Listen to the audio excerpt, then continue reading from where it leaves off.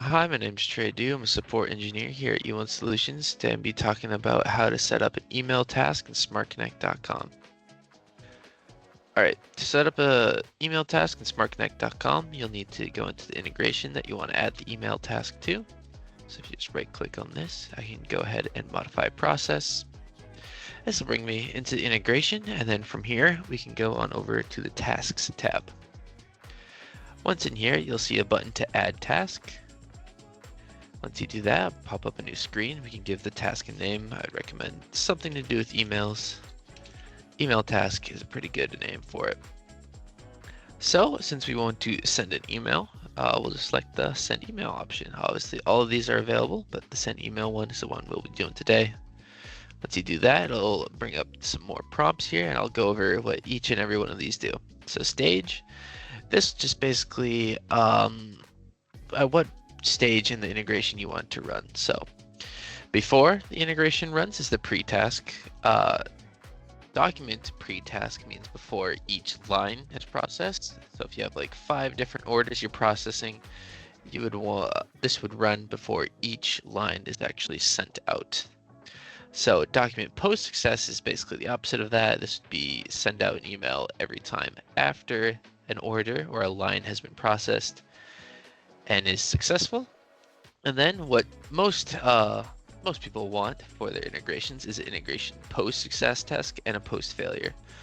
So what these basically do is after all the lines and all the processing and all your calculations have been done and the integration has finalized, you can send out a post success or a post failure email, basically just saying these many records have been processed and this is the error codes if you have a failure.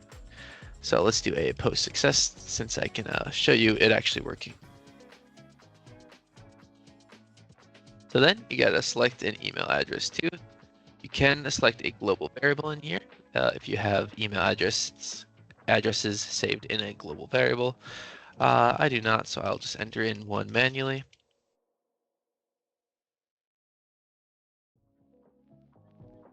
You can add multiple if you want. If I just want to add myself again, I can do that, but I don't want to right now.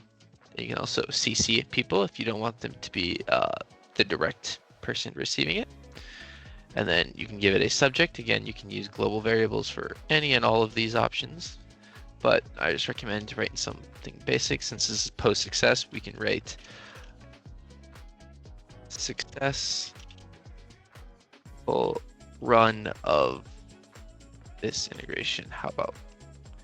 And then you can include an actual message here to say this integration was successful. And then this is where you would most likely want a global variable if you want to do global error count here. It's a very popular one.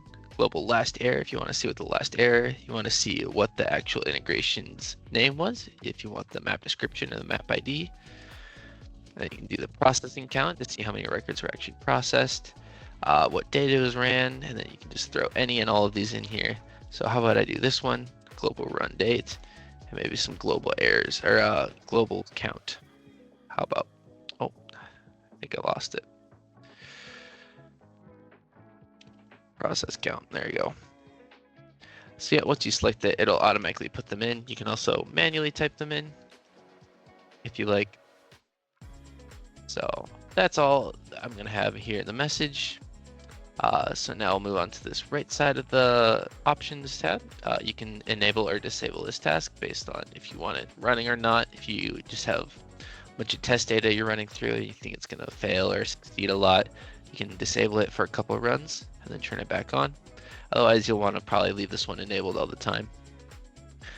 For the email tasks, you won't probably run into success or failure since it should almost always succeed. But you can, on success, cancel processing or quit if you would like for whatever reason. But I would recommend go on to next step. And then same for failure. Again, it shouldn't really ever fail. But if it does for whatever reason, you can select those 2 other options. Again, I would recommend keeping that on. Pretty much go to next step all the time. So then for include process errors, you can check this one or uncheck this one. It'll just help for debugging if you do a post failure task. So I'm gonna leave this as is. If I hit save, it'll say the email task and enable it. So now when I run this, we will see a successful run. So I set up a very basic one success, and I'll see if I can find my email over here. Bring it over. So yep, this is all it was. It was ran today. The count is 1. You can see that is accurate for both of these, and that is about it. That's all you have to do to set up an email task. Very basic and easy process to get through. If you have any questions, you can email support@e1solutions.com. Otherwise, thanks for watching.